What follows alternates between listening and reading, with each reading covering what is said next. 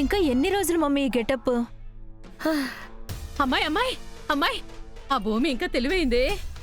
మళ్ళీ ఏం చేసింది? భూమి పేరెత్తగానే నువ్వెందుకంత టెన్షన్ పడిపోతున్నావు? టెన్షన్ ఏం పడ్డం లేదులే, ముందేం చేసిందో చెప్పు. ఆ గగన్ ప్రేమని గెలవడానికి తన తెలివితేటలన్నీ ఉపయోగిస్తోంది. అవి నీకు కూడా ఉపయోగపడతాయని చెప్పడానికి వచ్చాను. నాకా? నేనెందుకు ఆ గగన్ని లొంగ తీసుకోవడం? గగన్ని కాదు, నీ మొగుణ్ణి. అబ్బా, అమ్మాయి, మీ ఆయన అడిగాడు కదా, నువ్వు నన్ను ప్రేమించావా లేక శోభాచంద్రని అడ్డు తప్పించి పెళ్లి చేసుకున్నావా అని. అవును, అడిగాడు. ఆ అంటే నీ ప్రేమను అవమానించినట్టే కదా. అంతేగా మరి. మరి ఆ ప్రేమ నిజమని ప్రూవ్ చేసుకోవాలి కదా. ఎలా? అదే భూమి చేస్తోంది, రక్తంతో లెటర్ రాస్తోంది. ఏంటి? నువ్వు కూడా మీ ఆయనకి నీ రక్తంతో ఐ లవ్ యూ అని లెటర్ రాసావనుకో, చచ్చినట్టు నీ ప్రేమ నిజమని నమ్ముతాడు. ఆ తర్వాత ఏ డిఎన్ఏ టెస్టు లేదంటాడు. పోలీసులు వారెంట్తో వచ్చినా తను అడ్డుగా నిలబడతాడు. అంటే రక్తంతో లెటర్ రాస్తే నా ప్రేమ నిజమని నమ్ముతాడా బావా?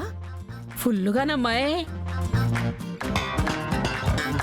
చూడమ్మాయి, మగాళ్ళు రెండిట్లో వీకు. ఒకటి కన్నీళ్లు, ఇంకొకటి రక్తం. ఈ వయసులో రక్తంతో లెటర్ రాయడం అవసరం అంటావు మమ్మీ? బేబీ, వయసు గురించి మాట్లాడుకో. అవునమ్మాయి, ఆ ప్రేమకి వయసు ఏమిటి? ప్రేమ మీద అనుమానం వచ్చినప్పుడు అది ప్రూవ్ చేసుకోవాలి కదా. అవును, నువ్వు చెప్పిన దాంట్లో కూడా పాయింట్ ఉంది పిన్ని. బేబీ, మీ నాన్నకి నా మీద అనుమానం వచ్చింది కాబట్టి నేను ఈ మర్డర్ చేసుండొచ్చని నమ్ముతున్నాడు. అదే నా ప్రేమ నిజమని నిరూపించాననుకో, ఇక ఏ సాక్ష్యం కూడా నా బావ మనసుని మార్చలేవు. సో రక్తంతో లెటర్ రాస్తాను, బావని మెప్పిస్తాను. నువ్వు అదే మాట మీద ఉండమ్మాయి, ఇప్పుడే వస్తాను. చెప్తే విందు.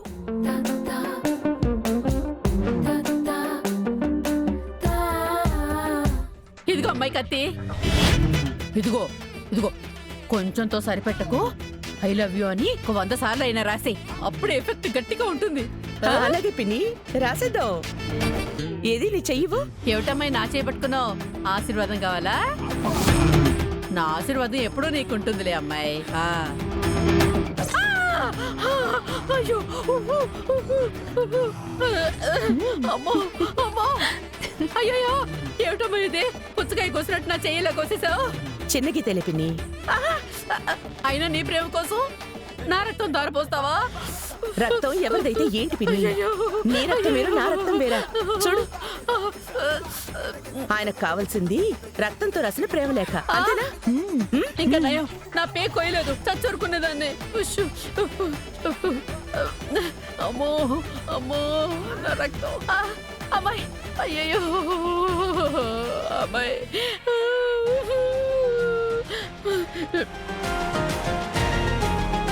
మమ్మీ, కొంచెం పల్చగా ఉన్నట్టుంది.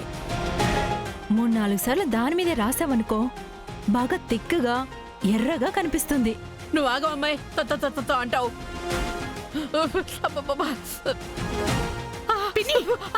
ఇటివు, పట్టుకో బేబీ. అయ్యయ్యో,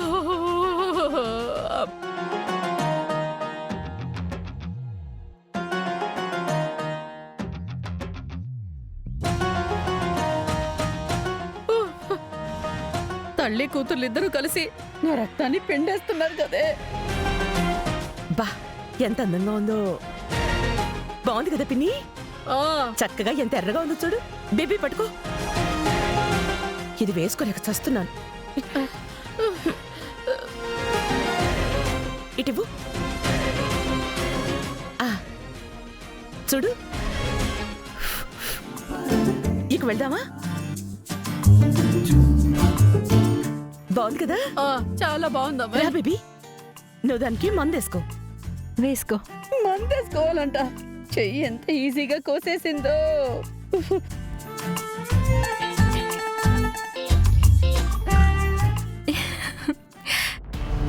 గగన్ గారు, అత్తయ్య, పూరి.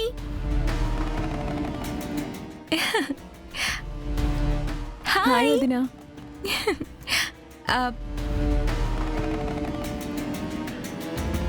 అత్తయ్య, ఇది మీకు తీసుకోండి.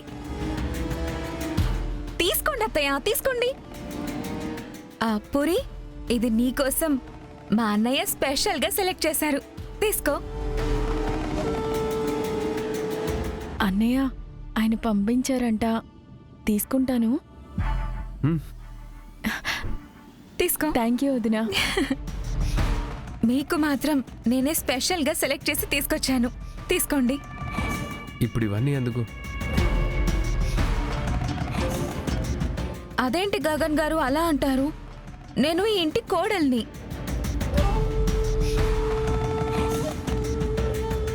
మా అత్తయ్యకి, ఆడపడుచుకి, మా వారికి నేను బట్టలు తీసుకురాకూడదా ఏంటి? ఇప్పుడు ఇవన్నీ ఎందుకమ్మా? పెళ్ళైన తర్వాత చూసుకోవచ్చు. ఇప్పుడేం వద్దు. అందరి దృష్టిలో మాకు పెళ్లి కాలేదేమో కానీ మాకు ఆల్రెడీ పెళ్లిళ్ళు అయిపోయాయి కదా. అవునా కదా పూరి?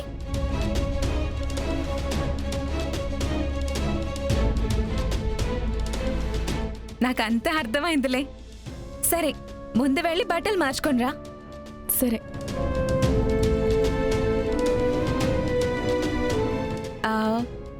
గగన్ గారు, తీసుకోండి. మీరు కూడా వెళ్ళి బట్టలు మార్చుకొని రండి.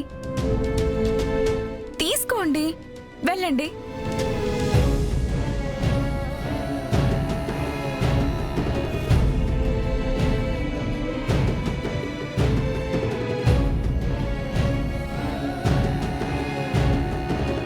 మీరేంటత్తయ్యా ఇంకా ఓపెన్ చేసి కూడా చూడలేదు? ఒకసారి ఓపెన్ చేయండి, చూడండి. మీరు షాక్ అయిపోతారు. చాలా థ్రిల్ అవుతారు అత్తయ్య. అసలు ఊహించి కూడా ఉండరు నేను మీకు ఇలాంటి సారీ తీసుకొస్తాను అని. నాకొద్దమ్మా. అయ్యో అత్తయ్య, అలా అంటారేంటి? ముందు ఓపెన్ చేసి చూడండి. నిజంగా వద్దమ్మా. నాకిప్పుడు ఈ కొత్త కొత్త చీరల మీద పెద్ద ఆసక్తి కూడా ఏం లేదు. అయ్యో, మీకు మరీ మొహమాటం ఎక్కువ. ఇలా ఇవ్వండి, నేను ఓపెన్ చేస్తాను.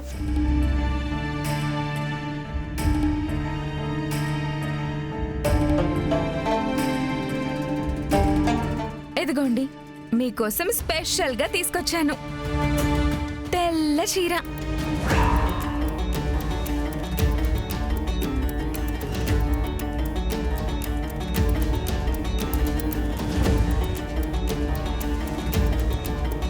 తెల్ల చీర? అవునత్తయ్య, తెల్ల చీరే. రేపో మాపో మీరు కట్టుకోవాల్సిందే.